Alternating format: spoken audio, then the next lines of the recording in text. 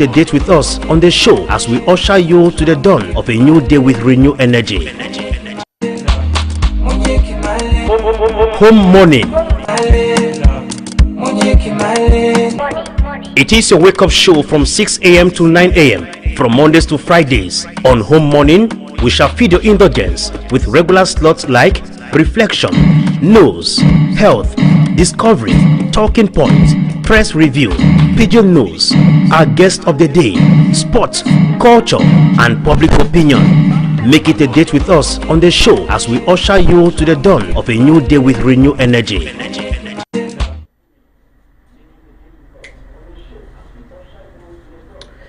Hello there, viewers all over the world. Welcome to joining us on today's edition of the program, Home Morning. It is the last edition of the week, and of course, we are delighted that we are back again this morning to keep you informed, entertained as far as the morning show is concerned on Home TV.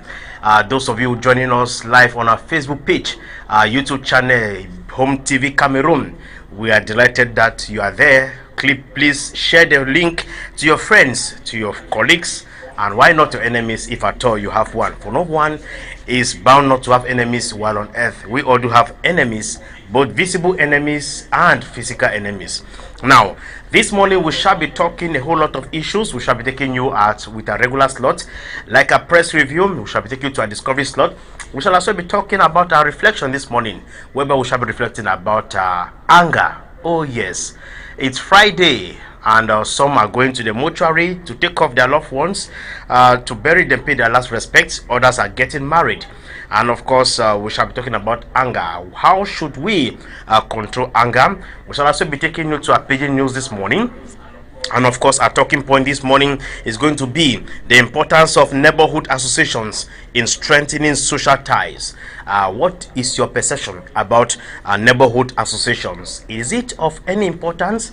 Does it help to promote social dialogue, social ties in neighborhood? We shall be talking much more about that, and we shall open our telephone line so that you could contribute, be it on WhatsApp or by SMS this morning. And of course, I shall be receiving Mr. Nji Akumanga Jespel. He shall be telling us he's a community developer, he's a community leader. He shall be joining me in the studio live this morning so that we'll talk about this particular issue.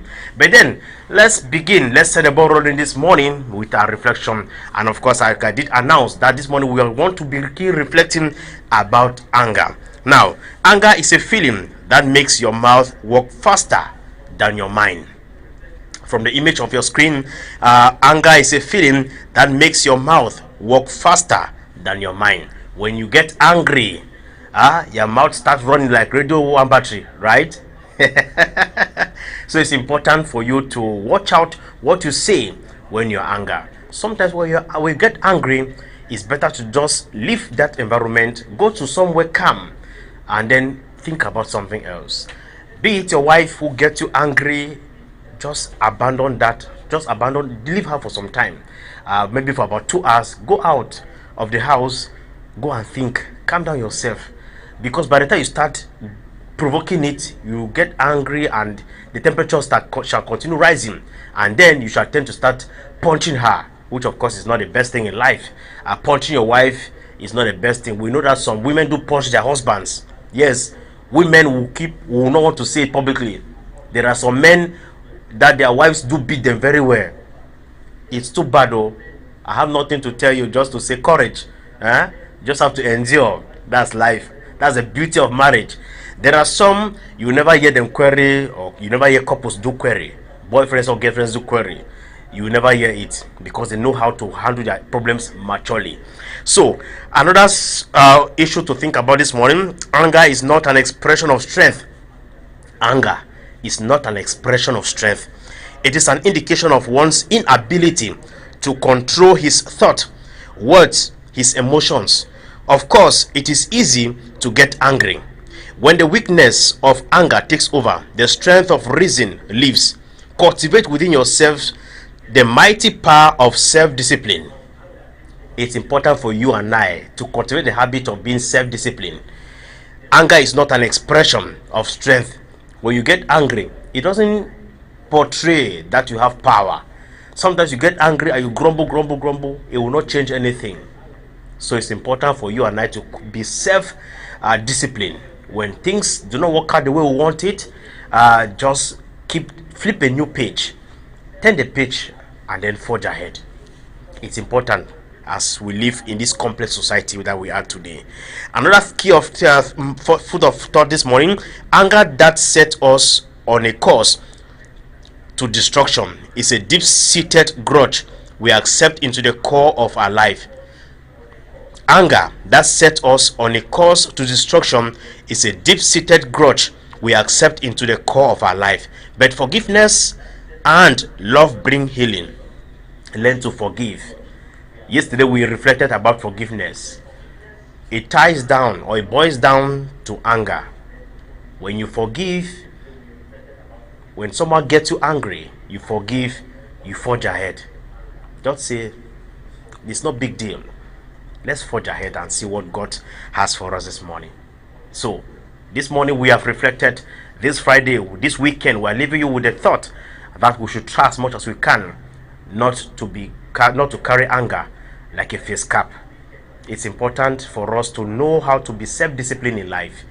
It will save us a lot of stress. It will save us plenty of energy. You have a lot of things to think about. You have plenty of things to bother about, and not someone getting you angry. Be it at your job site, be it in your home, be it in your family. There are things that you just look at and you just smile. Let's go. It's important. All right, that was a reflection study this morning about anger. We hope someone somewhere has been touched this morning to ensure that we stop getting angry. Sometimes you get into the taxi and you greet, bonjour, good morning, nobody responds to your greetings. Everyone is tension in Cameroon. There is plenty of tension in the air, and we should learn to be self-disciplined. Without it, we cannot achieve our goals on life here on earth. It's true, the economic situation is not the best at this point in time. Companies are not doing their best to satisfy their workers. But then, will you kill yourself? If you are able to provide 2 square meals to your family, it's okay, be satisfied. If not, say to yourself that there are better days ahead. So this morning, to digest our reflection this morning, we are going to invite X Malaya to do for us Ola Mer. Enjoy the piece on the TV. I shall see you shortly after that.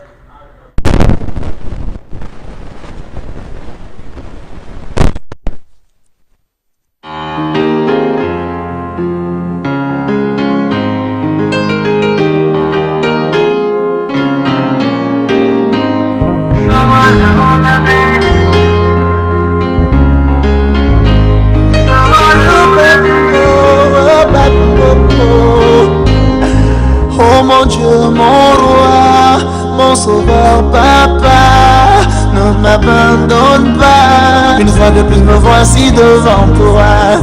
J'ai péché, je sais, je ne suis plus digne de tes grâces. Papa, pardonne-moi. Que vais-je devenir si t'es plus là? Je sais, papa, je pense à toi seulement quand tout va mal. Tu es le seul allié, fidèle, mon seul bouclier. Papa, j'ai besoin de toi. Mes ennemis sont plus nombreux. Ah papa, oh, ne m'abandonne pas. Oh la mer, loin mouillé ma pourinette. Oh la mer, that is where he cares. Oh la mer, loin mouillé ma pourinette. Oh la mer, that is where he cares. Oh mon Dieu, mon roi, j'ai tant besoin de toi. Ne m'abandonne pas, je me noie. Les hommes sont mon presse sans arrêt. Très souvent j'ai douté, menti. Me voici à genoux, demandons pardon. Papa, sauve-moi des hommes qui ont ma vie. Y'a qu'on encore, les bonnes bombes, y'a pas à t'annoncer. Les avantages que t'as eu, Matil mama no Yesu, ma bon travailler avec ma tangara dans la main. Ex malaya, oh ma bon besouban, elle me teba pesa jobe. Sola la mer, nous nous yema pour me. Sola la mer, na big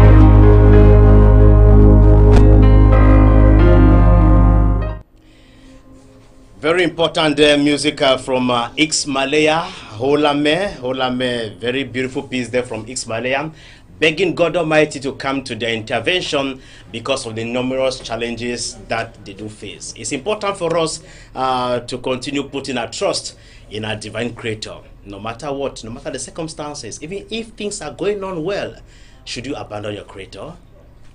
All right, this morning we are going over to our next slot to talk about health secrets. We want to discover just what hepatitis is all about. You must understand that hepatitis remains one of the silent killer disease in a society. So what could be the cause of hepatitis? How could we prevent it as we continue striving in a society? Here comes His Royal Majesty, Dr. Fru.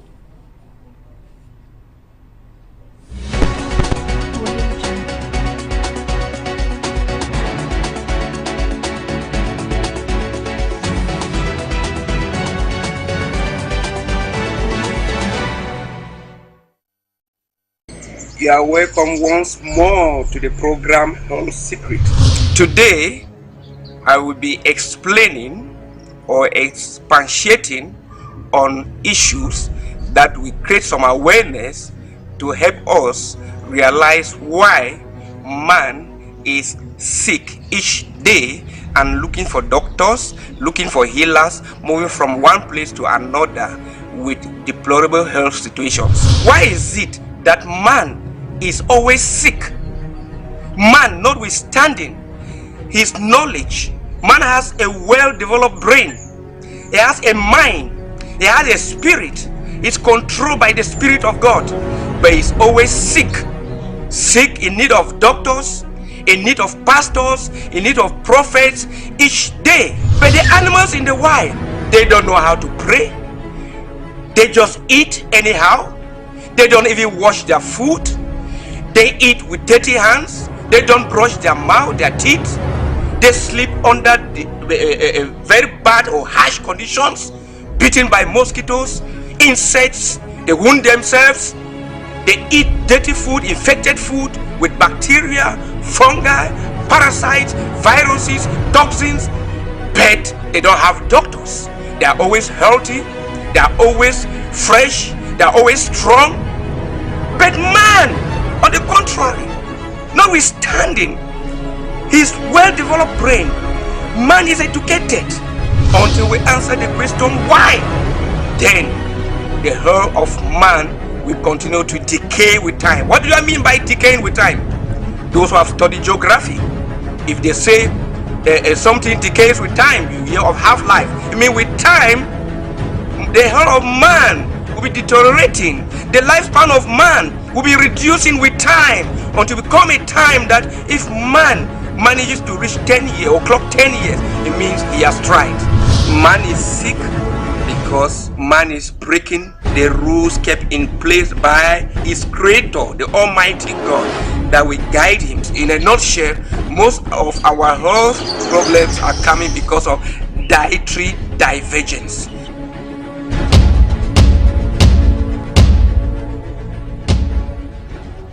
Ladies and gentlemen, I greet you all. You are once more welcome to Health Secret. I'm your African doctor, African medicine man who deals with medicine. The one you know is healer, Dr. Richard Fru of the Garden of Eden Naturopathic Institute of West Africa with acronym GENUA. Today I'll continue with the topic hepatitis. Hepatitis. When you hear hepa, always think of the liver. Hepa it signifies anything associated to the liver. In my previous lectures, I always say inside when you hear tis, think of inflammation. So when you hear hepa, liver, tis, hepatitis, titis, liver inflammation. It's just like they say, you hear of the bronchitis, inflammation of the bronchus or bronchi. Laryngitis, when you hear tis, inflammation of the larynx. Colitis, inflammation of the colon or inflammation of the colon. So when you hear that tis, always think of inflammation. Arthritis, when you hear tis, inflammation. Conjunctivitis, when you hear that, no inflammation. It's a disease of inflammation of the eyes. So when you hear hepatitis, inflammation of the liver. So what will cause inflammation of the liver? So many things. I know many people are limited to hepatitis B, hepatitis C, A, D, and so forth. The viral or not. There are so many causes of liver inflammation. You have viral and non-viral hepatitis. Under the non-viral, you can have bacterial infection that will cause hepatitis, fungal infection that will cause hepatitis, toxicity from drugs, alcohol, and so on that will cause hepatitis, parasites that will cause hepatitis, negative radiation that will cause hepatitis, either from the phones we use and other sources and so forth, even from spiritual and so on that will cause hepatitis. We have killed so many of such cases. And they also have those from viruses. The most commonest, the hepatitis B virus. They followed by C. But the one that we fears too much is hepatitis B, because they say it's the one that has no cure, even though it's the one that we easily cure. Other viral infections, keeping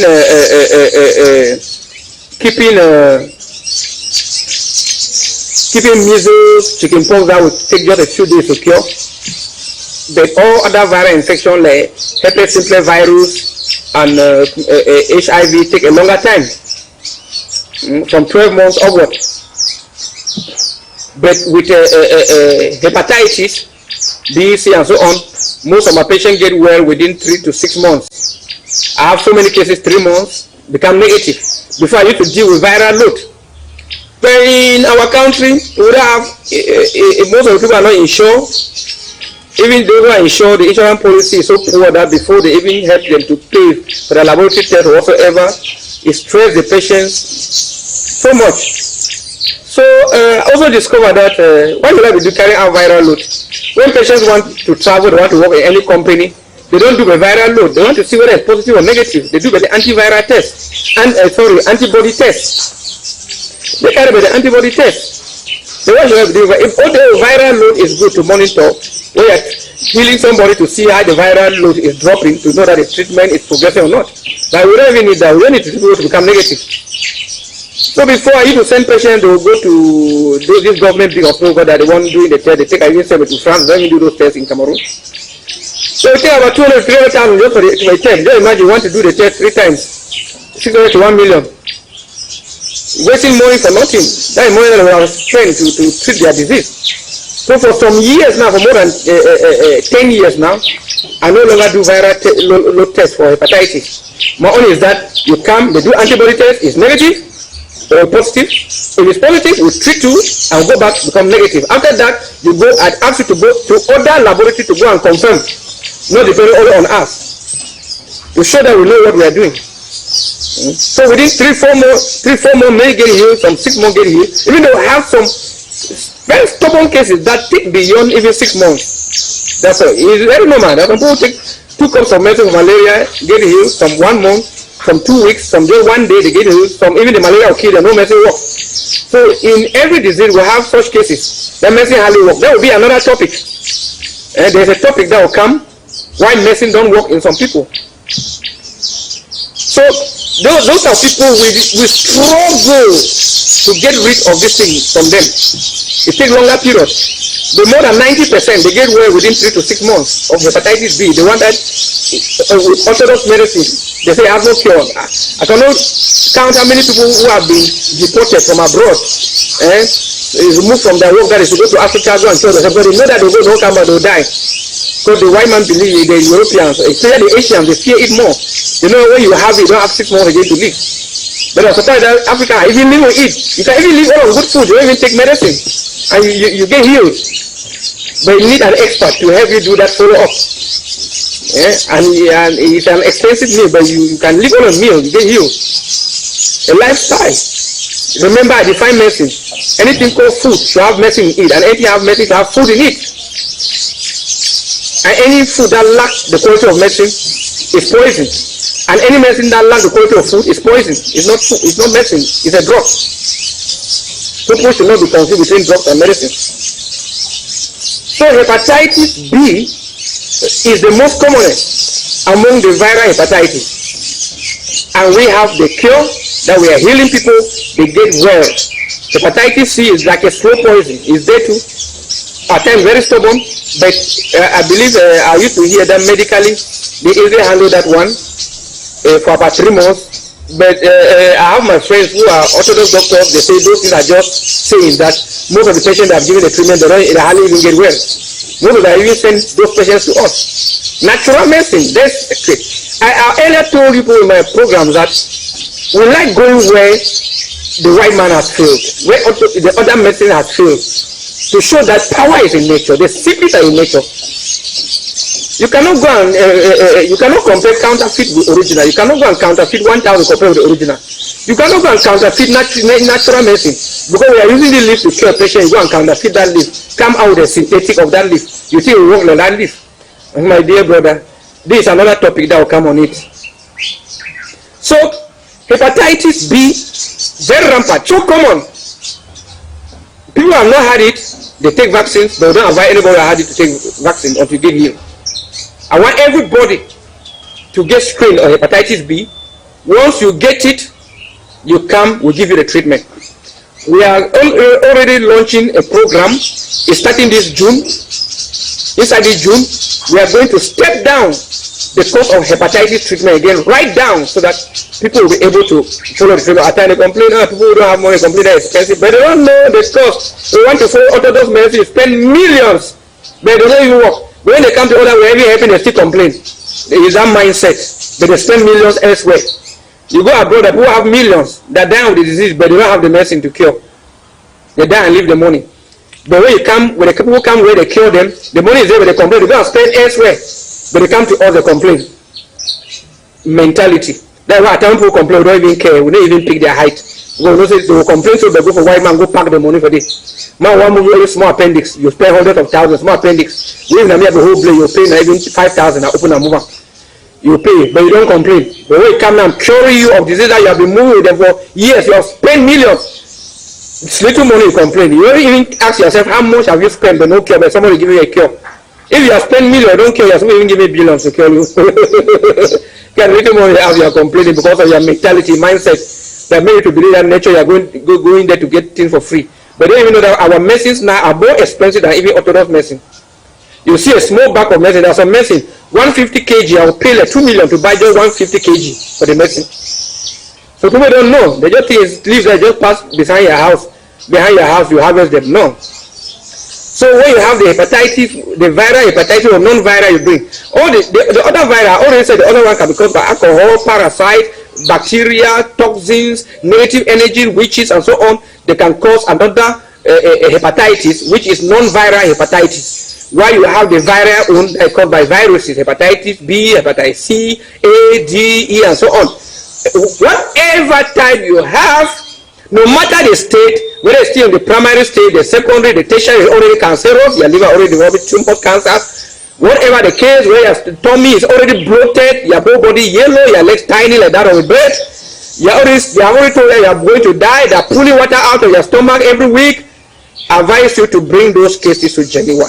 I cannot count how many people who have been declared in hospital that they have only 3 days to live, and they come, we heal them. The miracle, I was in a conference in Bafosam, and one big man there in America, I would not like to call his name, he was talking when we went to liver, when we went to talk about liver problem, he had to call me to come up, stand up, and he was citing me because he has seen what we have done to patients. Before you go to certain government hospital, the radiologist department, when they see people with chronic liver, abdomen, big abdomen, they send them to us because they have seen what we are doing in healing people of hepatitis, be it just the non-primary phase or phase that people already have liver cancers, tumor, cirrhosis.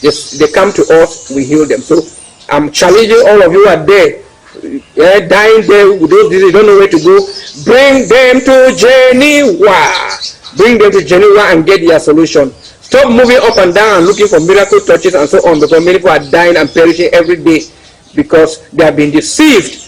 Come and get God's powers from nature, the healing radiation, healing energy from nature. Heal yourself. Come and get the sap of plants to heal your own sap. Your own sap is blood. Get water for plants for heal your own water with that blood. Get water, the juice from the plants to heal your own juice, which is your blood, your lymphatic liquid, and all the fluids in your system. Get the liquid from the plants to cure your own liquid with. The wise have heard me. God bless you.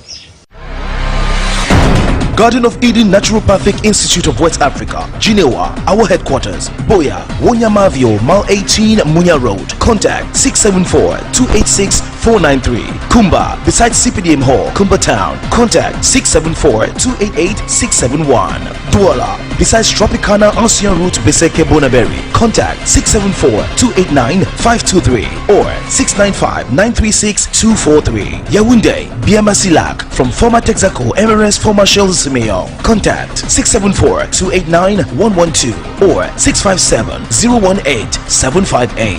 Bamenda, Jumabo Mankan, Bamenda again, behind Total Commercial Avenue. Contact 677-319-866. Limbe, Carr Street, Newtown. Contact 674-288-957. Bafoussam, behind Légion de Gendarmerie. Contact 680-219-145 or 697-921-385. For consultations only, contact his healer, Dr. Richard Fro at 677-628-980 or 699-958-893.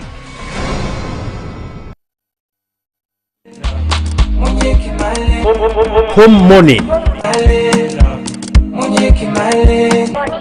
It is your wake-up show from 6 a.m. to 9 a.m. from Mondays to Fridays. On Home Morning, we shall feed your indulgence with regular slots like reflection, news, health, discovery, talking points, press review, pigeon news, our guest of the day, sports, culture, and public opinion.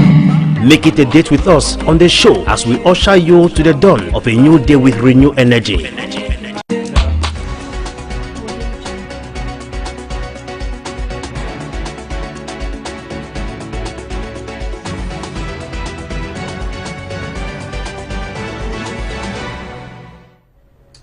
Welcome back on board, ladies and gentlemen. You are watching us live. It's your morning show, Home Morning, and of course you just got a transition already. That it is time for us to move over to our next slot of the day, which is of course press review, and he is here. Prince Joel, good morning.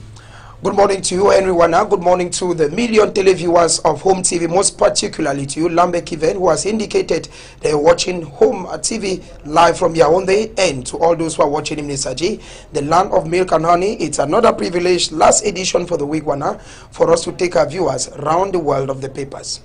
Indeed. So tell us, what are some of those papers talking about this morning? Are they still talking about the 2025 presidential elections, hate speech, corruption, the extension of the prison term, or I should say extension of the detention of Ayabacho? What are they talking about this morning?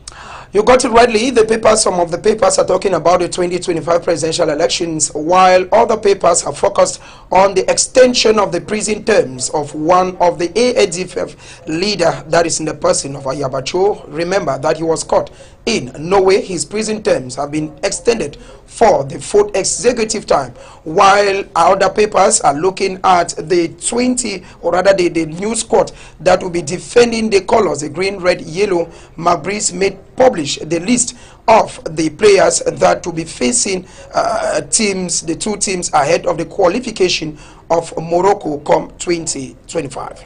All right, let's get down to business to get to understand just what the papers are feeding our readers this morning. Once more, good morning to you everyone, and of course good morning to all the million viewers of Home TV. It's time for us to take you what the papers are talking about. Of course, our first bus stop is the Post newspaper. The Post newspaper has as lead a story the extension of the details, or rather the trials of AADF leader, that is in the person of Ayabacho. According to the Post newspaper, that is a newspaper stands this morning, Norway extends detention of ADF leader Ayabacho. The Post newspaper is talking about the fact this morning that AADF leader, that is in the person of Ayabacho, has been extended. The prison term that has been extended up to the 5th of May 2025 is coming at a time when Ayabacho was thinking that his prison term will be cut short. You will get the details of the extension of the detention of the ADF leader Ayabacho on pages 6 of the Post newspaper, that is on newspaper stands this morning. We stay with the Post newspaper to say that eldest member of Senate, or rather the eldest member of the National Assembly in the person of Onkowa, Laurentine Mfege, has called on politicians as well as Cameroonians to remain civil throughout these presidential elections come 2025. The eldest member of the parliament made the call during the opening of the March session of the Parliamentary Assembly that opened on March 11. You're going to get the details of that story on pages 8 of the Post Weekend. That is a newspaper stands this morning. And of course, we stay with the Post Weekend to say that nation boils over brutal killing of 2 researchers in the far north region. According to the Post newspaper, civil society, traditional rulers, as well as religious bodies are boiling over the killing of 2 researchers in Mayo Sanaga division of the far north region. The Post gives the names of the 2 researchers as Dr. Bello Bienvenu and Dr. Frederick Munsi, who were killed in Mayo Sanaga division alongside a bike rider. Of course, you're going to get the details of how the nation Cameroon is boiling following the killing of these 2 researchers and a bike rider on pages 8 of the Post Weekend. We stay with the Post Weekend to say that digital technology is opportunity ever for women, says the Minister of Post and Telecommunication, Minette Lebon Lili Keng, while on a training for women, call on the women to grab this opportunity on digital technology. You're going to get the details of that story on pages 4 of the Post Weekend. The year of the Post Weekend is talking about Northwest, Southwest regional football leagues. Kicks off slated March 15. The regional leagues that are going to kick off in the Northwest and the Southwest is slated for March 15. Of course, you're going to get the details of that story on pages 8 of the Post Weekend. Away from the Post Weekend, ladies and gentlemen, we take you to another English daily newspaper. It is the Guardian Post newspaper. The Guardian Post gives a profile of some of the faces that are behind newspapers in Cameroon. The paper gives faces like Theodore Minze, who is the publisher of the Voice newspaper.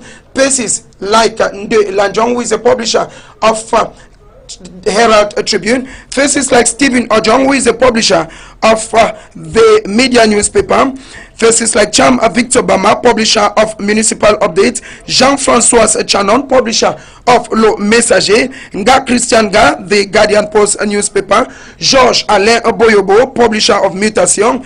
Aman Mana, publisher of Le Jour newspaper. Séverin Chunke, publisher of La Nouvelle Expression. Jean-Pierre Amougou Bellinga, publisher of L'Anadoct newspaper. And Gerard Nzikum, publisher of the Horizon newspaper. Nzi Eugene Nzi, publisher of the Newswatch newspaper. And of course, persons like Elias Ngalame, publisher of Echo Outlook. Do you want to know the faces that are behind some of the major newspapers in Cameroon? I urge you to rush to newspaper stands, grab a copy of the Guardian Post newspaper, and you're going to know the faces that are behind so many newspapers in Cameroon. We stay with the Guardian Post newspaper to say that the government of Cameroon has benefited 73 billion francs CFA from IMF to boost its economy. The Guardian Post this morning is saying that the International Monetary Fund has given a whooping sum of 73 billion francs CFA to the government of Cameroon in order to support and boost its economy. You're going to get details of that story on pages 6 of the Guardian Post newspaper. Are you someone who is good at a technique or at the layout of a newspaper? The Guardian Post is saying that there is a job opportunity on the Guardian Post newspaper. Of course, grab a copy of the Guardian Post this morning if you want a job opportunity, and of course the Guardian Post has a job for you. Away from the Guardian Post, ladies and gentlemen, we take you to the Parliamentary Eye, which is the Eagle's Eye newspaper. The Eagle's Eye, which is a paper that zooms into the activities of members of parliament in Cameroon. The paper today takes us to Ndop, that is in Ngok Kitunja division, northwest region of the country, and the paper is focusing on the member of parliament for Ndop, that is in the person of Jingum Musa. The Eagle's Eye says this morning that Honorable Jingum urges women to be actors of unity and equality. The member of parliament for Ndop, that is in Ngok Kitunja, Jingum Musa, has called on the women of Ndop to be major actors in unity and also equality. The member seized this opportunity to preach to the women during the 8th of March Women's Day celebration that took place in Ndop, Ngok Kitunja division of the Northwest region. Of course, we're going to leave the Eagle's Eye newspaper and we take you to another English daily newspaper. It is a Municipal Update newspaper. The publisher is Cham Victor Bama. Municipal Update newspaper looks at the mining and technological industry in Cameroon, and the paper says that the Minister of Mines, Industries and Technological Development, Professor Fukalesos Gentry, held a meeting with some miners in the country, and the paper has as lead a story: Extractive Industries Transparency Initiative, government publishes 16th report, assures stakeholders of transparency. Of course, you're going to get a full dose of the story on pages 6 of Municipal Update, that is on newspaper stands this morning. Payback time for atrocities in Northwest and Southwest. Norway extends Lucas Ayabacho's detention. Again, you're going to get the details of that story on pages 2 of Municipal Update. The year of Municipal Update talks about cattle market rivalry sparks protests in Mayo-Kanai division, that is in the far north region of the country. You're going to get details of how the cattle market has sparked conflict in the Mayo-Kanai division of the far north on pages 4 of Municipal Update, that is on newspaper stands this morning. Inflation rate, Marwa ranked for 7 consecutive time in first spot. According to a Municipal Update that is on newspaper stands this morning, the city of Marwa has been ranked 7 for the consecutive time as the city that is concerned or has the highest inflation rate. You're going to get the details of that story on pages 8 of Municipal Update. Of course, Municipal Update takes its viewers to Mbengwi, that is in Mezam division of the Northwest, or rather Momo division of the Northwest region. The paper says Mbengwi Kennedy Foundation sets stage for construction of multi-million bridge. Of course, you want to find out details how the Kennedy Foundation has put on millions in the construction of a bridge in Bengui, Momo division of the Northwest region. Grab a copy of Municipal Update that is on newspaper stands this morning, and of course you're going to get the details. Away from Municipal Updates, ladies and gentlemen, we take you to another tabloid, this time around a French tabloid. It is L'Info à Chaud that is on newspaper stands this morning. L'Info à Chaud is focusing on the elections of the president of the Cameroon Football Federation, Samuel Eto'o, that is in an exclusive biblical quotation. Wana. L'Info à Chaud quotes Psalms 23 and says that the Lord is my shepherd, I shall not want. It is quoting Samuel Eto'o and says Psalms 23, L'Éternel est mon berger, je ne manquerai de rien. According to L'Info à Chaud that is on newspaper stands this morning, Eto'o is a child of God. He is protected by God, and of course he will never lack anything. A wonderful one there that you will get the details on pages 10 of Info à Chaud this morning, that is saying that Eto'o is a child of God. He is protected by God, and he is going to, that he will never lack anything in as much as he remains a child of the Holy Spirit. Of course, away from that, we end our press review this morning, and we are now with Cameroon Tribune that is on newspaper stands this morning. Cameroon Tribune is the lone bilingual daily newspaper in Cameroon, and the paper gives us a rundown of the teams that, or rather the players that have been called for the World Cup qualifiers that is in 2026. The paper has a story 2026 World Cup qualifiers. 26 Lions called up. The paper says the lead trainer of the Indomitable Lions yesterday, March 13, 2025, at the Fecafoot headquarters unveiled the players selected to play the 2 qualifying matches against Eswatini and Libya. While there are some comebacks, the 2 new players will make their debut with the national team. Henry, it is with that sport package that we call it quit for press review this Friday, and of course, which is the last edition for this week. Very important, Prince, and we think that the message is gone across. Looking at some of the catchy stories carried by most tabloids this morning, talking about terrorism in the Congo Basin, talking about the extension of detention of Ayabacho, whose atrocities committed in the southern and northern region leaves no one indifferent in Cameroon and even beyond.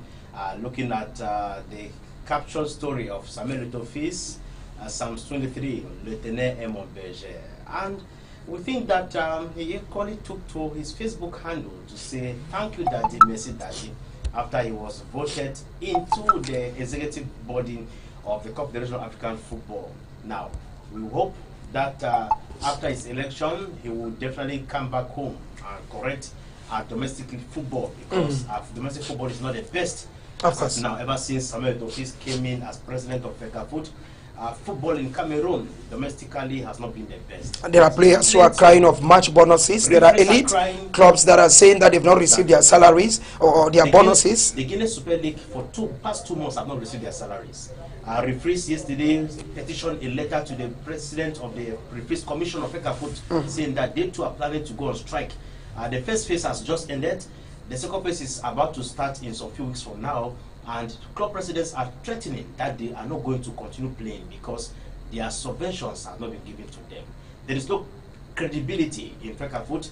How much did they, without any publicity, how much did they partner, or the partners that, the numerous partners that Fecafoot signed with them, how much did they put in, how much did they inject into our football in Cameroon? No one is aware about it all. We think that that's not the best way to handle things. If you don't want to say, you don't want to tell the public, you don't want to tell the club presidents how much the partners injected into the football, it's important for you to pay them monthly. Give that which is due to them, and they will not complain. So some of those things, we think that management of our local league has not been the best. We continue hoping that he shall come back home and do that which is right. And fix things and right the wrongs. It's important. Okay, another story that caught attention this morning, Prince. Can you remember? The Guardian Post? The Guardian Post, that is picture celebrating some publishers who are doing enormously well as far as print media is concerned in Cameroon. Of course, you know, many a time, Henry Wana, just even like here in TV, there are many persons who see Wana, but they will hardly know that there is someone called Emi Fozon who is behind the camera. Destiny is at the broadcasting department. So many a time we buy newspapers, we read and see the reporters who have bylined the stories, but the million-dollar question, do you know the persons, the hidden faces behind? So the Guardian Post, or rather the Guardian Post today, in a very extensive report, painted a picture of some of the major publishers of the newspapers that we have in Cameroon, because you know that print media is one of the most daring, if one were to go by, in journalism, because having a newspaper that is a daily is not easy. It means you need to publish at least 12 pages Monday to Friday. It is a wonderful, and published from Mondays to Sunday. Like the Guardian Post. The Guardian Post publishes from Monday to Sunday. So the Guardian Post today has given us the real faces behind some of the major newspapers that are in Cameroon. And as usual, Henry will always encourage our viewers that what we do is we just give you a review of some of the major stories, but a newspaper is just 400 francs CFA. Exactly. And of course, even though some publishers are angry that how come I didn't see my face? Yeah, some publishers, of course. Does it mean that was it selective? Major publisher? Why did you select only your friends? You Yeah. cannot put everyone there, right? It's true. But at least the major, those who contribute to the well-being of the print media in Cameroon, these are the major, as said in French. They are the major ones. So that's it.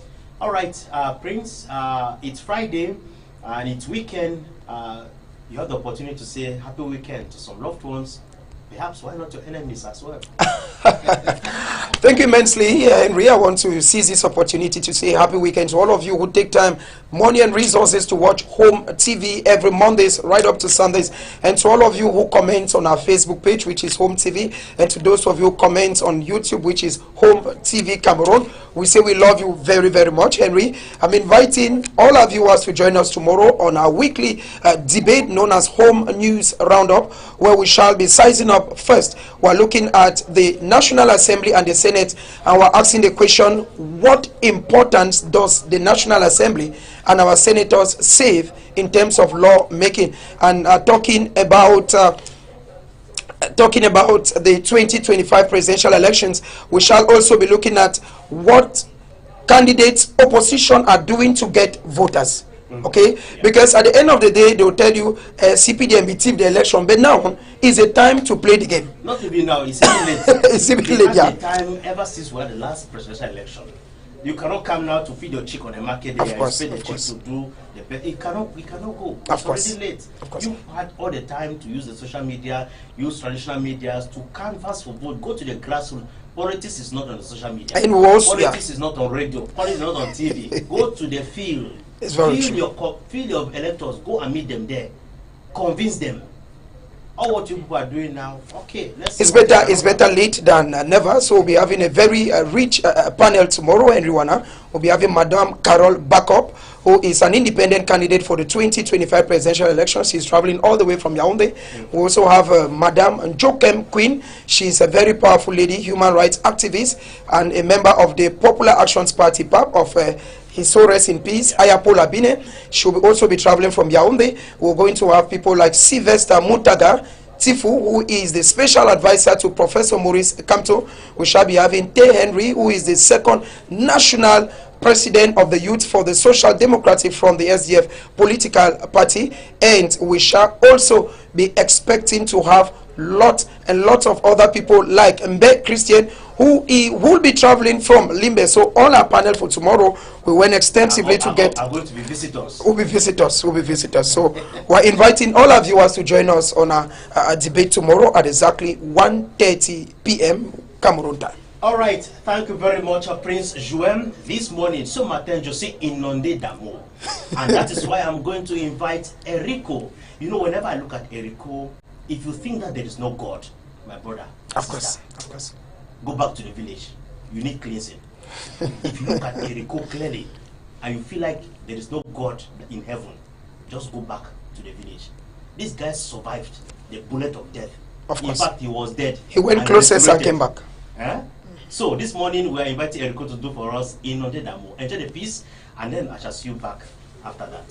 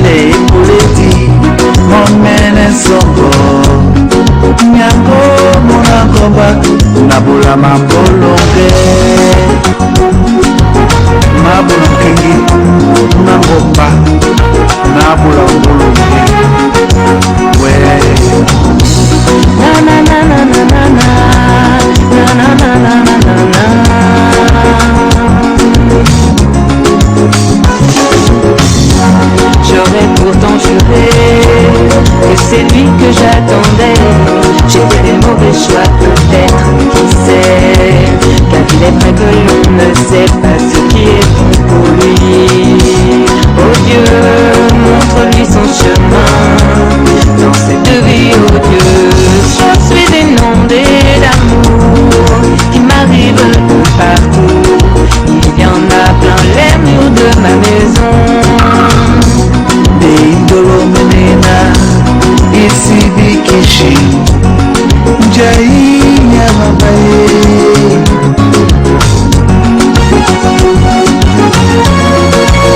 Jai nyamabaye.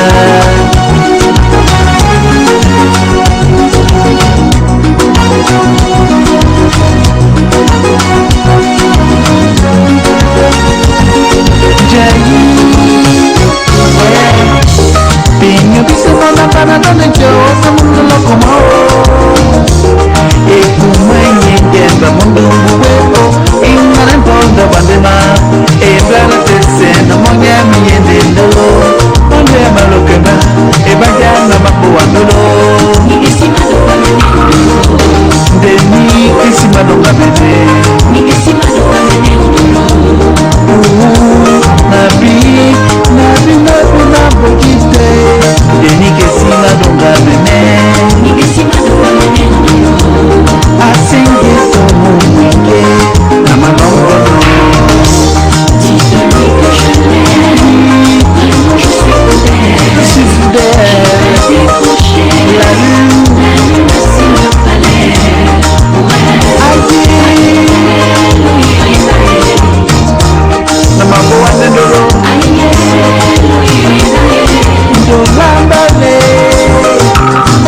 Francis Dalla mon frère Youssouf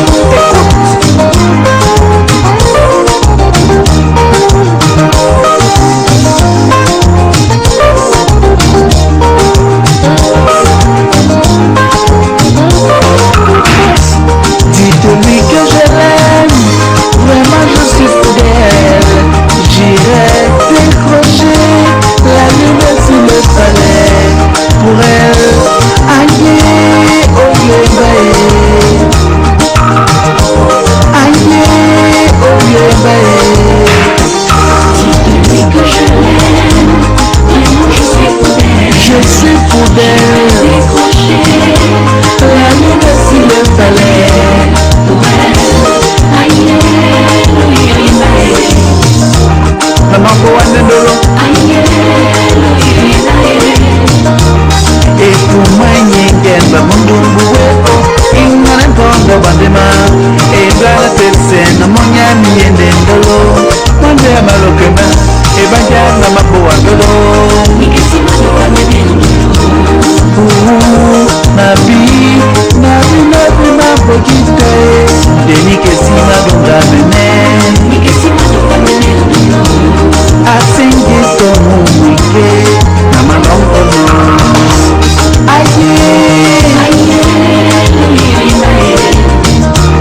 na mabuane ndolo na mabuane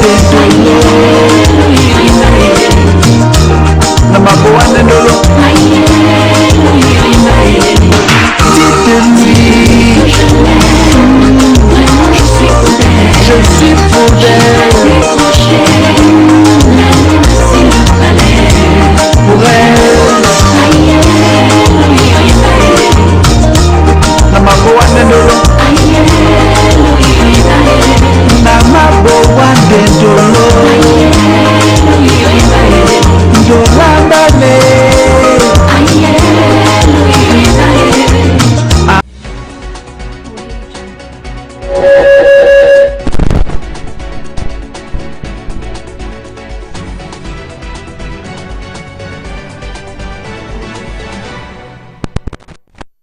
ndolambale aye oigwembaye. Well, beautiful piece there from Eriko in Onde Damu. And permit me to say good morning to those of you watching us from Bonamikenge. Bonamikenge is a locality. It's a locality in Akwa, in the Douala 1 subdivision where Eriko hails from, in Akwa. So just after Douche, that's Bonamikenge. That's where Eriko hails from, though he's based here in Bonaberi. and we continue praying that God Almighty shall continue giving him the strength and wisdom to sing beautiful Makossa for us. All right, ladies and gentlemen, we are going over to our next slot this morning. Permit me to remind those of you just joining us on our Facebook page, our YouTube channel, as well as those of you watching us at the comfort of your homes, that you are live on Home Morning. Home Morning is your breakfast show that comes up from Mondays to Fridays. And of course, we are going over to South Africa. Yes, many of us do know about South Africa because of Nelson Mandela. In the good days of the apartheid regime, Mandela came up, spent 27 years in prison, was liberated from prison now to a president, and of course today South Africa is waxing very strong. Despite the fact that they started with xenophobia attack in South Africa, where they decided to start chasing out blacks in South Africa. Many were questioning, where did the fight of Mandela go to? The glory days of Mandela, the nostalgia, what he left, the legacy he left behind, where did it all go to? Let's get to discover much more about South Africa in the following video clip. We'll come back. We shall be expecting to join our pidgin broadcaster.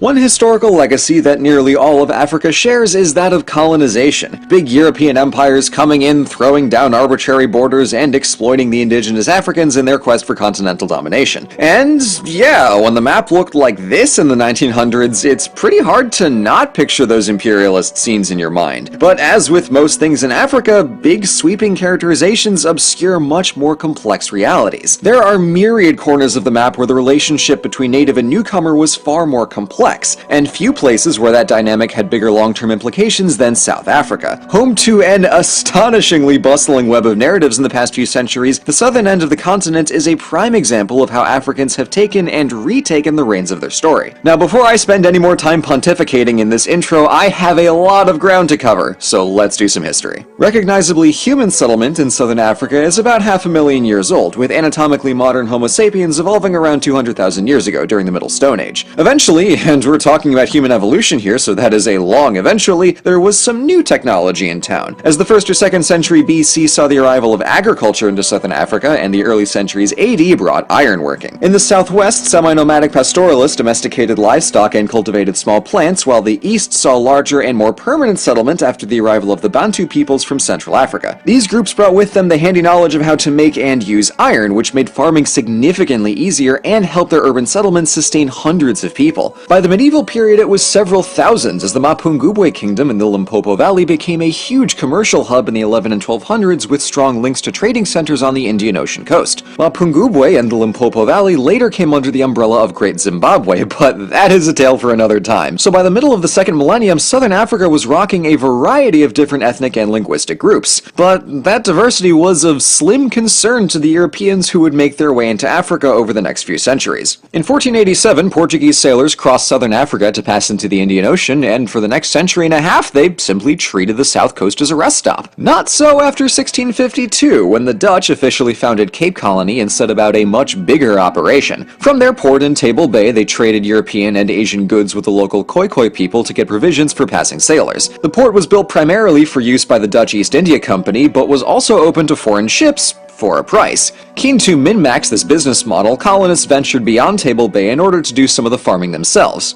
Easy money. The problem was that the Khoikhoi were slightly nomadic, moving around seasonally just as the early pastoralists in the region had done. But when Dutch farmers, or Boers, wandered onto a nice plot of land that wasn't occupied right this very second, they assumed it was finders keepers. When the Khoikhoi politely informed them that the land was, in fact, theirs, the Dutch revised their initial statement to conquerors' keepers and fought 2 wars between 1659 and 1677 to assert their claim. This would start a bit of a trend, as Boers pushed further inland with the specific intent to stay. The accidental importation of smallpox in 1713 hit the Khoikhoi especially hard and significantly widened the opening for the Boers to step into. By the later 1700s, the Khoikhoi weren't widely enslaved or exported like West Africans had been for the Atlantic Triangle trade, but they were definitely suppressed into a servile working class. That said, there were chattel slaves in the Cape Colony, but they just weren't South African. Dutch sailors had actually imported slaves from the Indian Ocean, mostly Muslims, which further stratified the racial class system. Keep that in mind, because it'll show up later. But soon, even the Dutch would no longer be atop the pyramid, because some European geopolitical slapstickery, it's a Napoleon thing, resulted in Britain annexing the Cape Colony for themselves in the early 1800s, sending their own settlers to Port Elizabeth in 1820. They also sent tax collectors and abolished slavery, and this is where the colonial dynamic starts to get weird. Because the Boers had been living in southern Africa for a century and a half, in which time they'd incorporated French and Germans, and now beyond just Dutch colonists, they considered themselves Afrikaners, a local population that, after the arrival of the British, was now being oppressed by alien invaders. That, my friends, is one heck of a swerve, but they were serious, so they adopted the not uncommon strategy of running away from Britain, leaving the Cape Colony in the mid-1830s to trek northeast and establish the Oranje Vrystaat and the Zuid-Afrikaanse Republiek in the early 1850s. As we noted earlier, this land was very much inhabited, so let's hop eastward to see what the Bantu groups were up to. As it happens, lots. Since the late 1700s, the entire structure and demography of their societies were changing. With new approaches to militarization, small states were consolidating under stronger kings to form large states and confederations to better compete for Indian Ocean trade. By far, the biggest player in this process was the Zulu kingdom under the leadership of Shaka. Much to the enjoyment of biographers everywhere, Shaka was an intricate and unusual character. Exiled from the royal family at a young age and treated horribly by his peers, he came back determined, bordering on cruel sometimes. He never married or had any recognized children, and his most trusted advisor was his mother. Good son. At a young age, Shaka proved himself as a warrior for the neighboring Mthethwa Confederation, and with their support, he became leader of the Zulu after his father's death in 1816. And when the Mthethwa king died 2 years later, Shaka became the dominant player in that confederation. From there, it was go time, and the Zulu expanded rapidly, fighting hard but working to incorporate conquered kingdoms into the new Zulu state. Still, many were not fans, and migrated away from the conflict, which led to huge demographic redistribution, with some displaced groups like the Lozi and Ngoni going almost 1,000 miles north. But Shaka wouldn't live to see the longer-term success of his kingdom, as he was assassinated in 1828 by one of his half-brothers. Still, the Zulu kingdom stayed strong and ran up against the Afrikaner Voortrekkers in the mid-1850s. And this is where our two plot lines converge, and the resulting frontier zone between Afrikaner and British and Zulu and other Bantu groups is, complex. This frontier, like many, saw trade and cultural exchange as well as conflict, with alliances forming and ending based on pure circumstance. So even though the map in the 1800s was already a giant checkerboard, it's important to note that even within all of those states was a dynamic cast of players. The southern coasts didn't just turn oops all British after they started pushing inland. Many of the absorbed groups were able to carry on more or less as they had been, such as the Basotho up in the Drakensberg Mountains, who had formed an alliance in the wake of the Zulu conquests and became an autonomous British protectorate in 1868. The Zulu, however, weren't about to take that offer, and rather preferred to kick the pants off of anyone who tried to muscle in on their land. Unfortunately, Britain took that as a challenge. In 1879, they invaded Zulu land but suffered a fierce defeat at Isandlwana, losing 2/3 of their soldiers and instantly making Zulu a worldwide byword for valor and strength against colonial aggression, with even the British Army holding them in a kind of dreaded reverence. Later that year, Britain returned with 5 times the soldiers, leaving absolutely nothing to chance. By the summer, the Zulu had been defeated, their kingdom partitioned, and the last major Bantu state conquered. From there, the last obstacle to dominating the subcontinent were the Boers in the north, who had just made the literally earth-shattering discovery of diamonds and gold in the Orange Free State and Transvaal. So, naturally, Britain did the shitty shoot grabby grab. First failing in 1881 and then succeeding in 1902 with the help of 500,000 soldiers from across the empire. In 1910, the disparate British colonies were reorganized into the Union of South Africa, and it wasted precisely 0 time restructuring the mines for peak efficiency. What began as a simple resource rush now developed into a highly organized and ultimately nation-defining industry, with no piece of South Africa untouched by the consequences of mining. The almost inconceivable power of these mining enterprises was largely a product of control over the outbound supply of diamonds so that the prices would stay high, and over the wages, workspace, and even living conditions of the miners who dug and refined it all. This was especially hard on black South Africans from outside the posh city centers, who left their rural families to do dangerous, labor-intensive gold mining work for extremely low pay because even that was still the best option. And it was probably harder on the women, who had to take care of the entire family and do the farming. In the early 1900s, South Africa was definitely not being subtle about the unequal distribution of lands, the rampant wage discrimination, or the white monopoly on political power. This wasn't slavery, but it was a very robust system of discrimination, which history has come to know as apartheid. This overtly white supremacist ideology became official policy after the Afrikaner Nationalist Party won the elections of 1948. But the economic, social, and political mechanisms that enabled apartheid were already hard at work in the decades prior. What changed here was their intensity and the rigid legal framework intended to make this system permanent. Interethnic marriage was outlawed, schools taught black people they were inferior to whites, blacks needed special permission to go anywhere, and every conceivable public and private amenity was segregated down to the damn stairs. While depriving black people of power, resources, or the simple ability to enjoy public life, the Nationalist Party knew they needed black labor to sustain the economy. So when black civil rights and labor groups recognized this and began campaigning against apartheid, the government responded viciously, banning the African National Congress, arresting their political and paramilitary leaders, firing into crowds of protesters at Sharpsville and Soweto, and killing the prominent activist Steve Biko in 1977. Biko was beloved by South Africans for his leadership in the black consciousness movement, which shattered the apartheid fallacy that black people were inherently lesser. After his activism and his murder, black South Africans were rightly furious, but also recognized that Biko was right,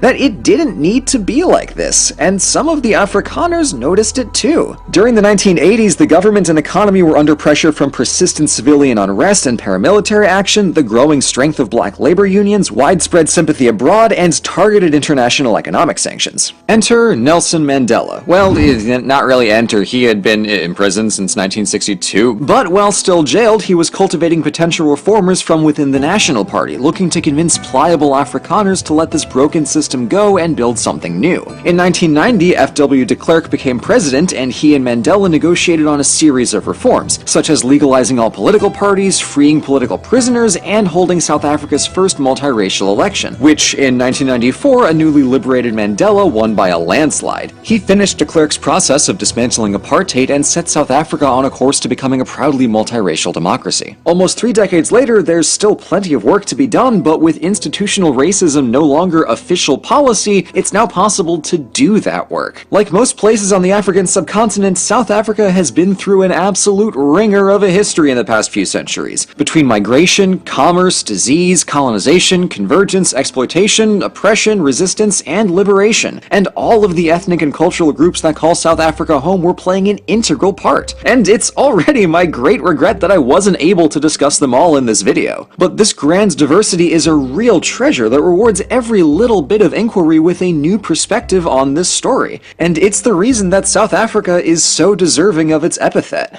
the Rainbow Nation.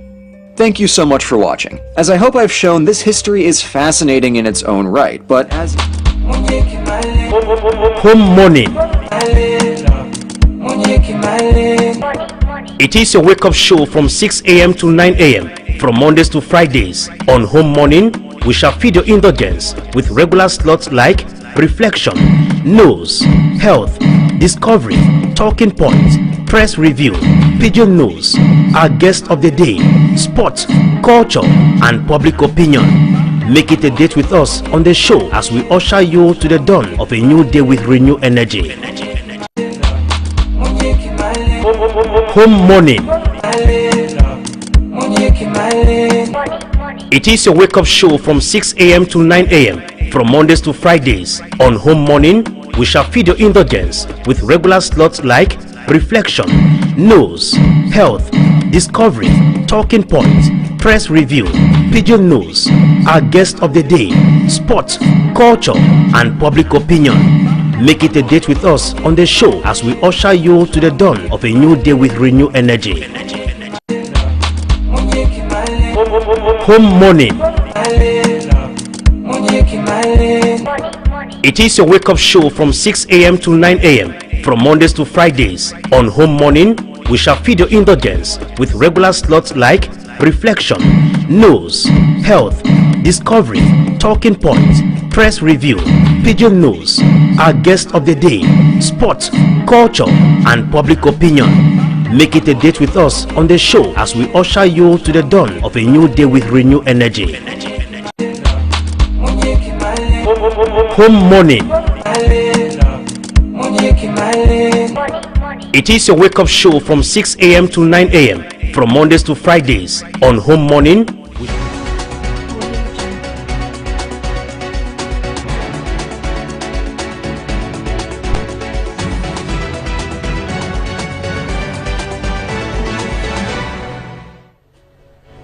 Welcome back, ladies and gentlemen, from our discovery ride, which of course took us to South Africa. This time around, we're moving on to our next slot, which of course it is sport. To begin looking at the list published yesterday of McBreeze, caught-up player ahead of the qualifiers for the FIFA World Cup. The matches to be played against Eswatini, against Cameroon, that will be on the 19th of March 2025, and of course Cameroon-Libya on the 25th of March in Yaoundé 2025. We have four goalkeepers: Simon Ngapandupu, we have Simon Omosola, we equally have Andre Onana, Davis Epas, who is coming back again after a long period away from the Lions Den. Defenders, we have Christopher Wu, Jackson Chachuan. Christopher Wu considered as a Minister of Defense, the individual now squad. Joskim Dawan, we have No Tolom, Michel Ngandwem, we only have Guy Marcelin Kilama, Fai Collins, Flavien Boyomo. We have in the middle of the pack as midfielders, we have Andre Frank Zambo Anguissa, who is already injured with his club but convoked by McBreeze. Many are asking themselves the question, what role will Andre Frank Zambo Anguissa play in the Lions Den? As far as this list is concerned, Carlos Balemba, James Eto, Martin Hongla, Ivan Neu, Wiliti, Yunusa coming in for the very first time. Attackers, we have Christian Basogok, Brian Bemo, Nicholas Brice Muminga Malun, we have Frank Magrin, Vincent Abubakar, Nathan Ngumu coming in for the very first time as well. Dani Namasum, as well as Ignatius Nganakum. Ignatius Nganakum, who is coming in after a long period. Now, here are the comebacks as far as the national team is concerned of Cameroon. We have Davis Epasi, Joachim Dawan, James Eto, Wiliti Yunusam, and Ignatius Ganako. Now, let's look at the matches concerned for the Indomitable of Cameroon. We have Cameroon to play against Eswatini. That will be on the 19th of March 2025, and then on the 25th of March, Cameroon will be playing against Libya. That will be in Yaoundé at the Amadou Ahidjo Stadium in Yaoundé. And of course, at Stade du Esprit, that will be in Eswatini. That's where the match between Cameroon, beating Eswatini against Cameroon will be played as far as the World Cup qualifiers is concerned this time around. Let's look at let's look at the beautiful matches statistics. Actually, looking at the Eswatini, Cameroon, Libya. Dani Namaso, who has been an attacker with FC Porto, who is an attacker with FC Porto currently. We have equally Nathan Gumu. These are the two players coming in, and of course, looking at Dani Namaso. Dani Namaso has played 22 matches, scored 3 goals, 1 decisive pass. And of course, looking at Nathan Ngumu. Nathan Ngumu so far this season has played 16 matches and has scored just 2 goals so far, while just 1 pass decisive. We're hoping that they're coming into the national team is going to change, is going to help beef up the national team so that they win up their matches. Let's look at basketball now, whereby we have matches to play games to play this weekend. We have 10-day matches to play this weekend. Match de retour or fast de retour in basketball. That will be played on Sunday at the Gymnast College de la Salle in Douala. That will be on Sunday, March 16, 2025. We shall be at 10 a.m.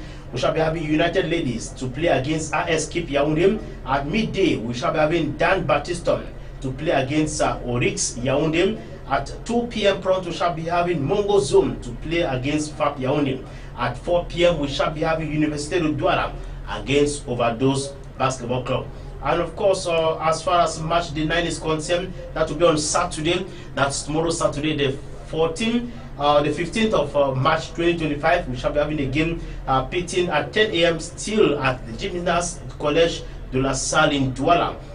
10 a.m. United Ladies of Douala is going to take on Overdose Basketball Club. At midday, Mongo Zone is going to take on Oryx Yaoundé. At 2 p.m., Université de Douala is going to take on AS Kip Yaoundé. At 4 p.m., we shall be having Dan Battiston against FAP of Yaoundé. Let's look at the Guinness Super League matches going to play this weekend. It's set across national territory, beginning as from this Friday. Sancho Technique de la Fekafoot Ojan in Yaoundé. AS Awa is going to take on Jaspo at 1 p.m. Eclat FF is going to face Love Minprov at 3 p.m. prompt. And of course, tomorrow, Saturday, we shall be having at Start Annex the Bepanda Douala. Cyclone FC is going to face sister side Authentic of Douala. That will be at 1:30 p.m. At 3 p.m. prompt, we shall be having Kaiman Fi against Leke Fi and the Guinness Super League. At Stade Militaire Ngwaikele in Yaoundé, we shall be having two beautiful games. 1 p.m. Vision Football Club is going to take on Amazon Fab, and FC Bolivar is going to lock on with Itabong FC of Kambe at 3 p.m. prompt. So that's how the weekend is going to look like, built from football as well as basketball. We are going now to be expecting to get to Pidgin Newscaster. When a Pidgin Newscaster shall come in, we shall be expecting to get to discover what is making other news in the neighborhood, and thereafter I shall be expected to welcome my guest in the studio this morning, Mr. G. Akumanga, which of course we shall be talking about the importance of neighborhood associations in strengthening social ties in Cameroon. So don't move a muscle just after the piece of music.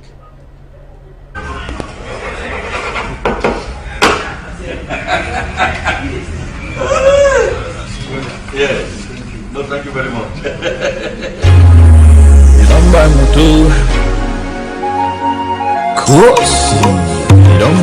This is another DJ. Give me the mic, yo.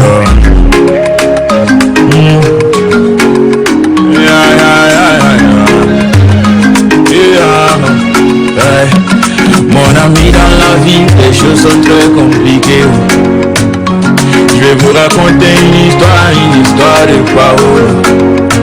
Paolo a gagné sa vie, il donne pas beaucoup. Et tous les jours dans les boîtes, et il n'écoute pas les conseils de sa maman. Paolo changeait les petits amis comme les cabangondo. Et son entourage était lâché. Et je te follow. Paolo aimait de la ville, mais il a aussi oublié que le soleil n'y brillera pas pour toujours. Il a quitté sa responsabilité. La famille l'a souffri, mais il était occupé à s'amuser. Maintenant il est pépé non red. Adieu de ton cam de veillé. La jungle finish for Banco. La jungle finish for Banco. La jungle mole for Handy. La jungle mole for Handy. Et quand l'argent est là, tes amis sont là. Si when money don't be your friend go go. Sois généreux n'importe comment, et que les gens ne finissent pas haut. Sois généreux comme examen les taux, et que les gens ne finissent pas haut. Si tu veux devenir même Papa Noël, mais n'oublie pas les cadeaux des enfants. Si tu veux devenir même Papa Noël, mais n'oublie pas les cadeaux des enfants. Sinon les enfants vont te fuir, comme les femmes et les amis. Papa Noël est venu là oublier les cadeaux. Mais il a aussi oublié. Il est venu là oublier les cadeaux des enfants. C'est sa responsabilité. Toute la famille l'a souffri, mais il était occupé à s'amuser. Maintenant il est pépé d'oreille. Adieu de ton camp de veillé. La jungle finish for Banco. La jungle finish for Banco. La jungle mole for Handy. Et quand l'argent est là, tes amis sont là. Si when money don't be your friend go go. Tonton Kossi. Yes, Papa Loge. Talk quick here. Now who be your friend? Your friend that man when you go to champagne with you. That will get problem when you see. Now who be your friend? Now who be your friend? Now who? Yeah, ije kaka kije.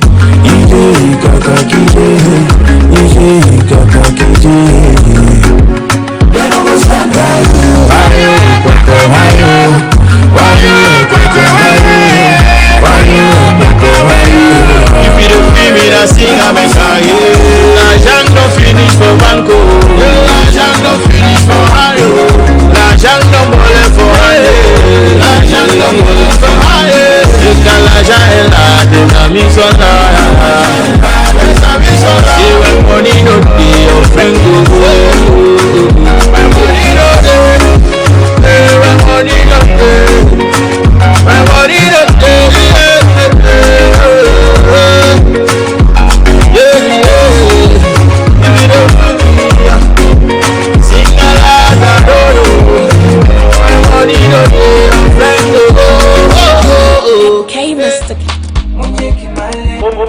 Home morning.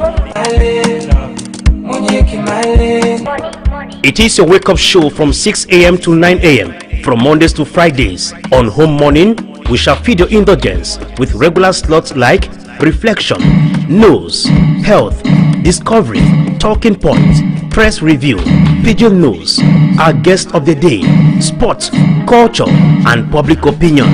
Make it a date with us on the show as we usher you to the dawn of a new day with renewed energy.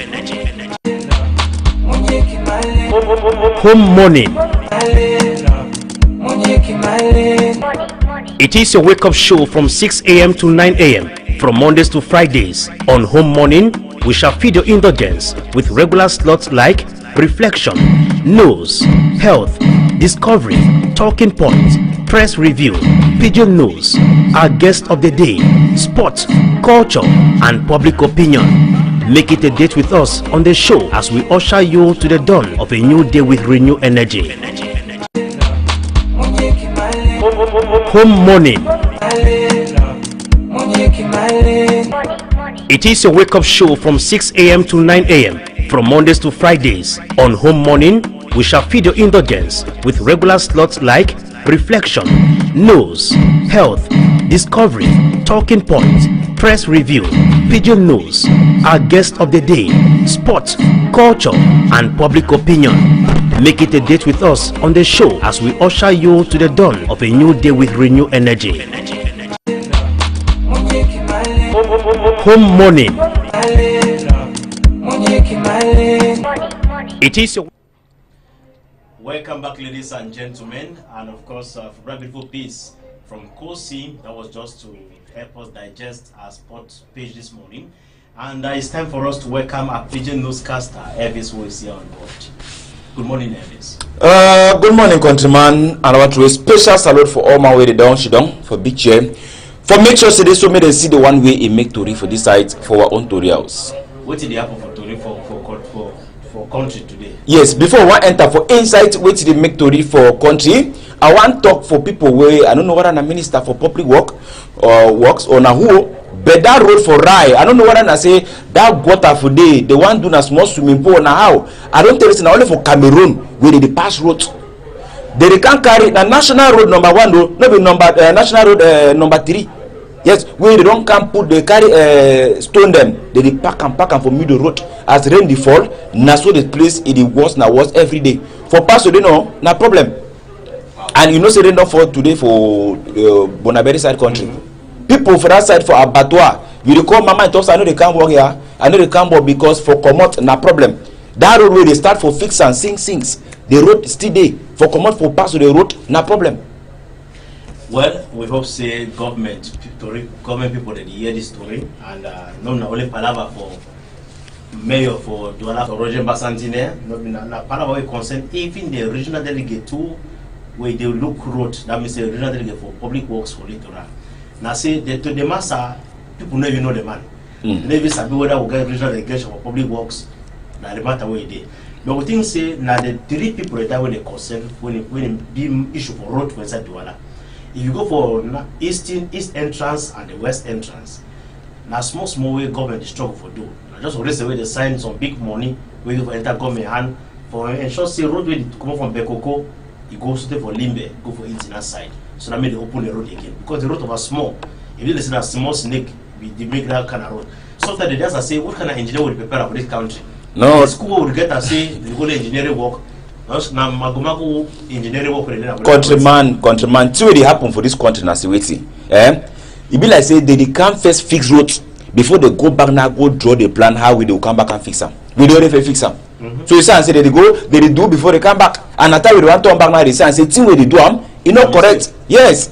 Because we you know go tell me see Carrefour music where they don't open and now way you see traffic no over there that way because they don't open the road small. But now that's what they fulfill don't arrange and sing things. Carrefour Sape Pompe, you know how many times motor they fall for day before they can post small ground because they don't invest the arranger. Plenty time. Ground they don't throw for day.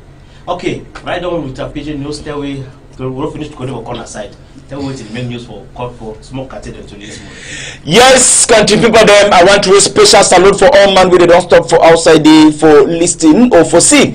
Waiting a make Tori today for Insight we own Tori House where we the column home TV. For Insight waiting a make Tori today for Insight country. Country people them will take gonna enter for Insight that side for Demaco, now for that side for West Region. This is small picking. For class 5, he enter for Insight stick. He no come out. Wait it happen. The talk say this so Insight this chapter. The picking if they do play. He la enter for Insight stick where he don't record. He remain now they don't open the home. As he enter for them, now that he tied for Insight the same stick. For Insight this same chapter. To the enter for we own Tori House. So that picking it make like 1 hour to 1 hour 45 minutes.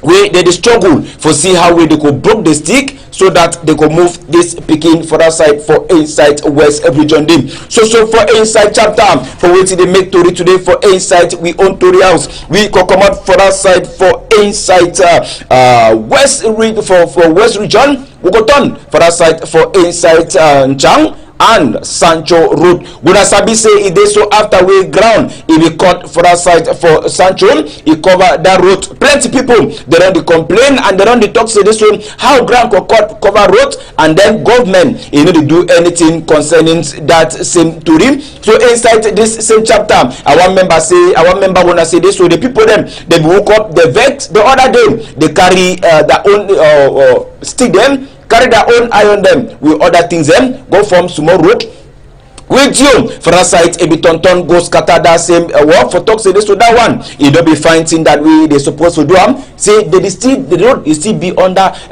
government their own eye. So but according to the Tori when I say this so for Women's Day governor for West Region our from Camp Augustine if it talks small time they go start work for that site for the road but to the way they enter for Insight we own Tori House they talk say this so some Chinese company you don't take contract for this work for that site for West Region and the name for the company na Highway Engineering Company where na Chinese people then get them. So for Insight chapter for waiting they make Tori today for Insight we own Tori House. We gonna enter for that site for Betwa for that site for Betwa we na bilingual high school for that site for Mokolo for Insight Betwa dem wetin it take am happen according to the Tori way it enter for we own Tori House. They talk say this so as una dey see that small room so it be in a room we around 24 school picking them for Insight that same school they be decide for go do wetin they call am say small party alias enjoyment for Insight this same chapter. They talk say this one around 9 girls with other boys we they go enter they buy me with the hot hit and other things they start playing music they enjoy we it shows say this one one of them that birthday we school be go on now time we mommy them and pa them they hear noise we it come out for Insight that same house. So mommy talks to this so anytime with that kind of thing it happen for Insight that same house you know they ever end for better way now with the mommy one time it take phone they call principal for us site for bilingual high school for Insight Betwade now we principal he call near them now when near them can't turn back for inside the house they enter for them they move them go near them some of them they remove them way they already move close they already start do Adam and Eve kind thing them for that side for Insight Betwa site continue more continue for Insight chapter for waiting the make Tori today for Insight we own Tori House. We take one turn back for this Tori for that side for Insight Yabundim where they don't catch some 2 boy them with their head work now for do what they call and say this will fake doki alias stamp and other thing them that means they meet up this boy the way they get their own office where the office is then for Insight their own house they get kind to them we they use them for do any kind paper or any paperwork where you want them for that site. If na stamp they get stamp if na physical stamp self I say they get all thing now the office that way you fit see them you see kind thing the way they get them for Insight their own office. If you don't look out you see them you go feel say sometime this one na original one or na say na better one na all the time way if you not be careful you want look and feel and say small thing and for the way you know correct for Insight chapter for this Tori we return back because we be talk with the commissioner we na he sep he follow this matter they go put hand for this boy them.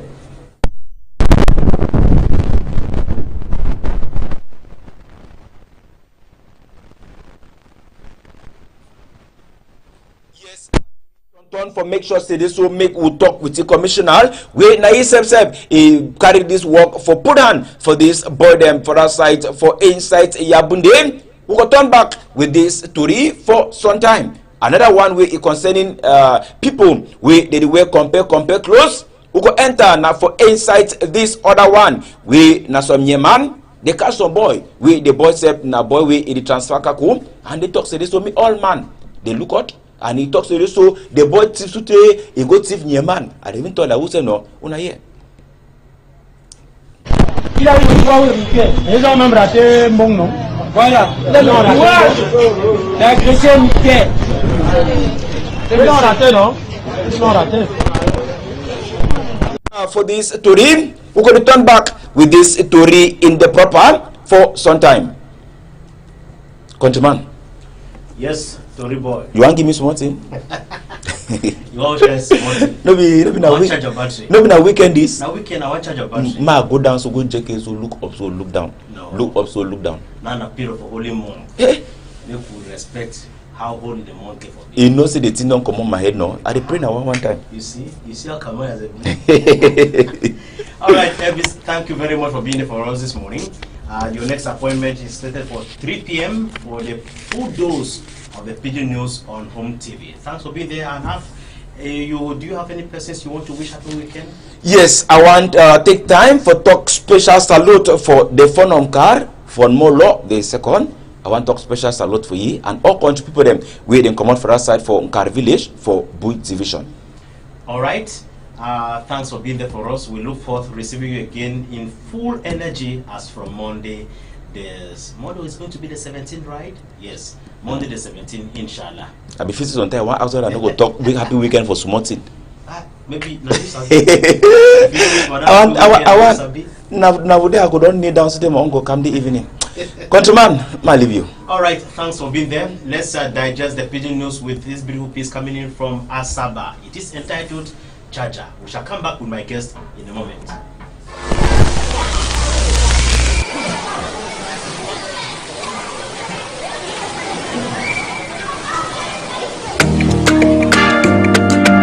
Starfish Entertainment.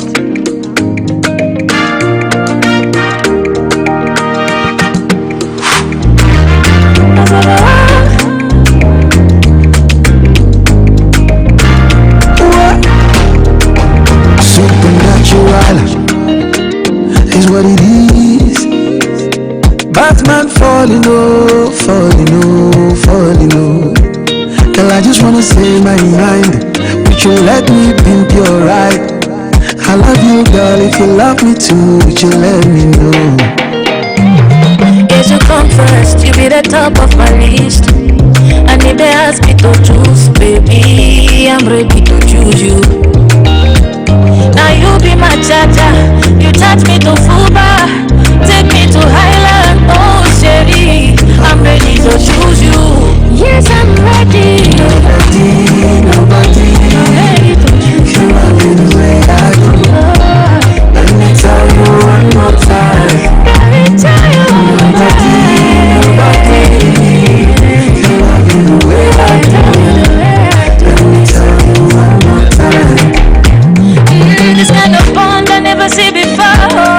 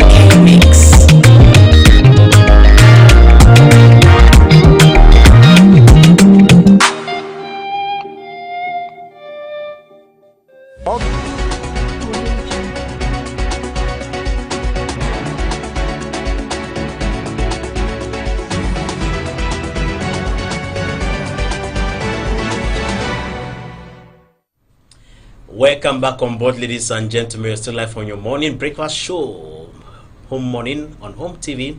It is always with renewed energy that we do welcome you all on board to keep you funky, keep you entertained, keep you informed as far as our Republic of Cameroon is concerned. Always remember that no one can make Cameroon an El Dorado without you and myself as the living forces of this great nation. Like I did announce at the start of this program that this morning we shall be talking to promote social ties. Does it in any way help to promote integration in our country? My main guest, like I did announce, is Mr. Nji Jespal. Good morning, sir. Good morning. It's a pleasure being part of this wonderful program, and actually greetings to all televiewers. It's really a rich topic of the day, and I believe we're going to educate a lot of Cameroonians through your topic, and I really thank you for this wonderful program.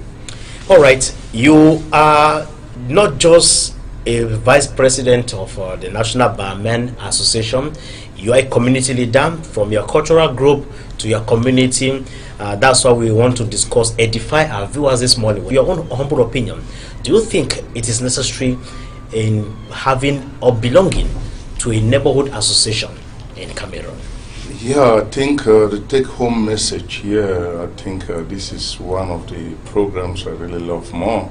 Reasons being, I have spent the rest of my life struggling to bring people together. Some years behind, I'm actually presently, as I'm talking to you, I'm the Ngemba president, the upper and the lower Ngemba, that had to do with 17 villages. Okay. And I've once worked like my village community president here in Litura, of which today I'm now having my rest despite my young age. And I've once worked in my quarter like the development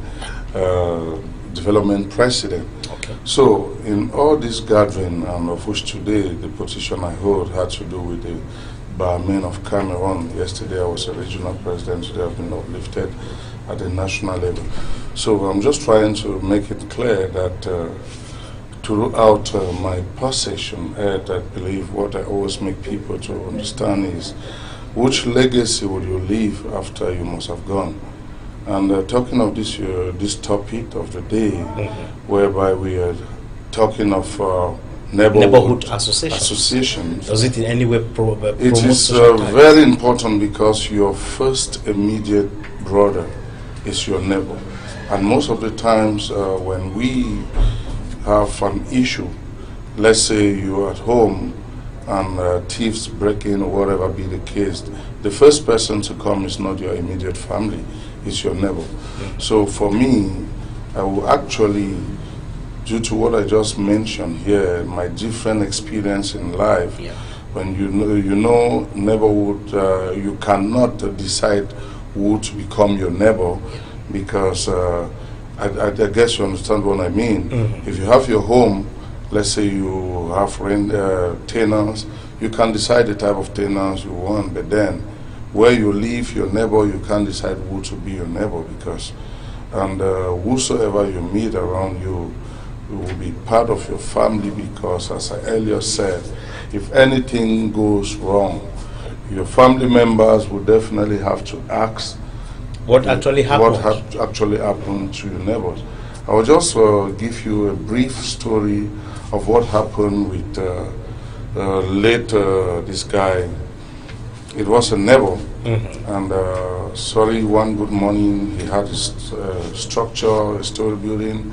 There was no balcony, and one morning we just met him.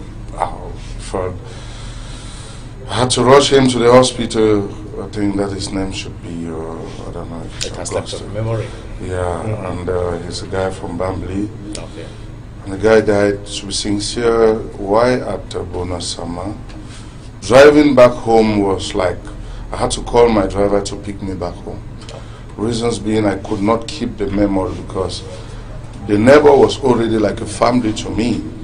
So I think what we need to encourage Cameroonians, wherever they find themselves, is in reality they need to find yourself and make sure they associate, and through their association they can easily develop their quarters better for you than your village, because you hardly go to your village. Some of us from Northwest, I think we understand it's more just because better. of the crisis. Yeah, that's why I say some of us from Northwest. And looking at the groundwork, we are more comfortable where we find ourselves now. So for you to make it more comfortable, you need to do everything possible for us to associate. And to be sincere, I really appreciate the topic.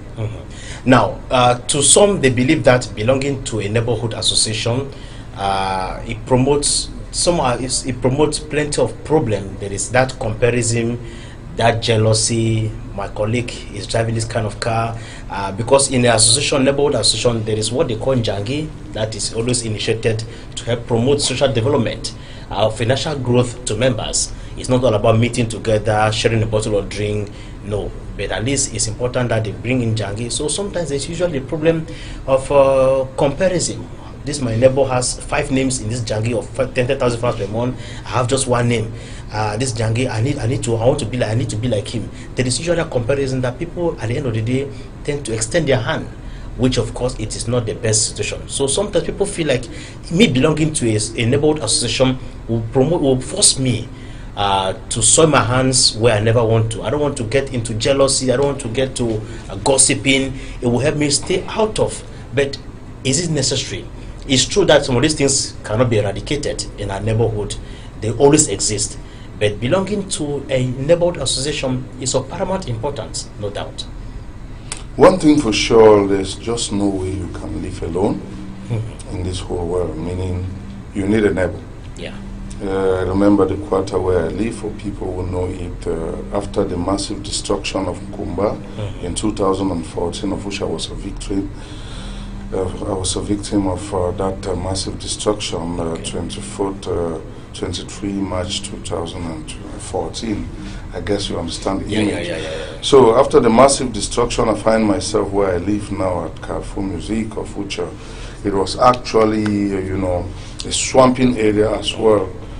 But today, if you get in my quarter, you will really be surprised. Reasons being, have other neighbors that have helped to fill other areas, and together we stand.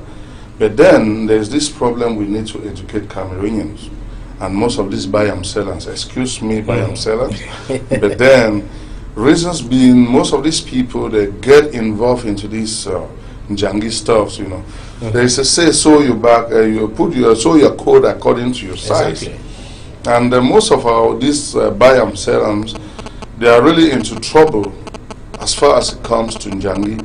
Meaning, what I'm trying to say is, it had nothing to do even with the neighbor. The neighborhood, because sometimes they will leave and go mighty to go and contribute their Njangi. Some will even do online. So when we come back to the Njangi stuff, the small advice we give to people is, you have some of our mothers whereby her revenue is maybe 10,000, let's say a week. But she's doing a Njangi of 20,000 a week. That's it. And this 20,000 a week is maybe about 5 different Njangi you getting. She will definitely loan money from here, go play there, loan here, go play there.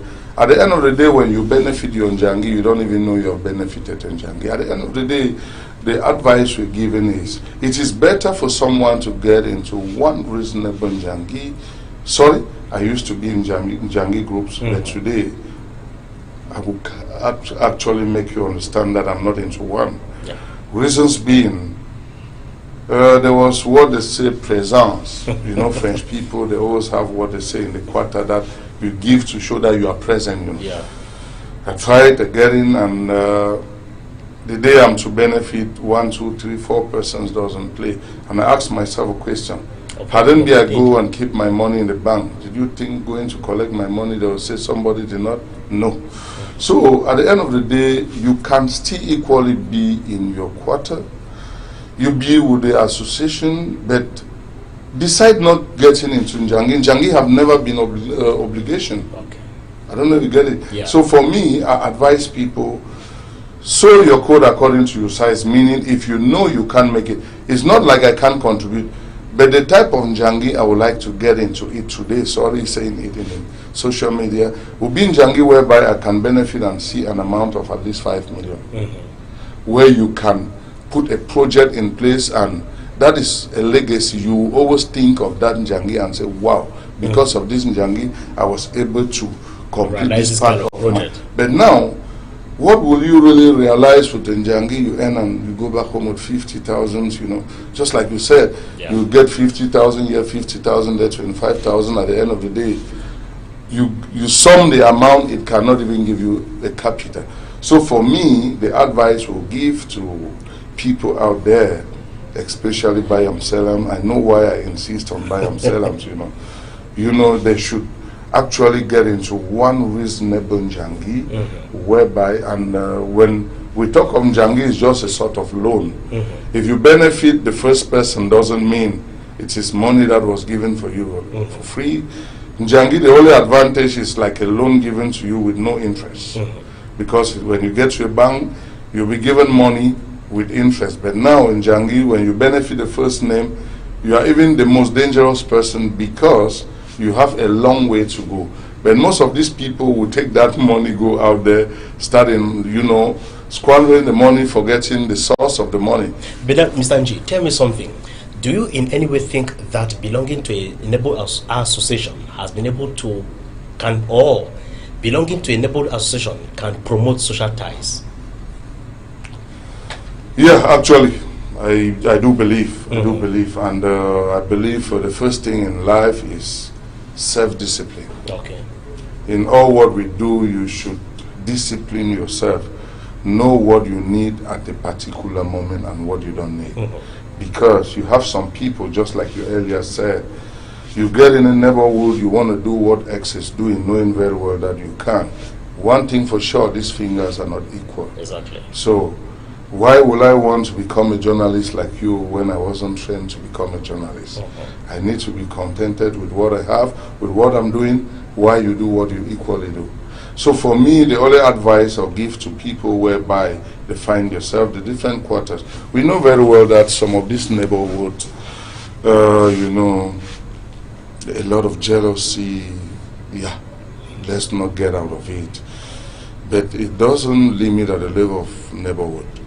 There are times whereby you just move somebody who just look you even at the job site. I remember one of the programs where I said that your highest enemy is your colleague at the job site. I'm sorry. It's everywhere. You get it. A lot of people will not get it well the way I want to bring it. By the time you people are on the same bench, you know, you think you're friends. But if they uplift you an inch, just after 1 minute, that's where you now understand the reasons why I say your real enemy is your colleague. So, does this have anything to do with neighborhood? So I'm just trying to say jealousy depends on the individuals. And one thing for sure, the advice we give to our neighbors, what baffles me about the neighborhood is this is rainy season, yes. Some of us living in the swamping areas, you know what I mean.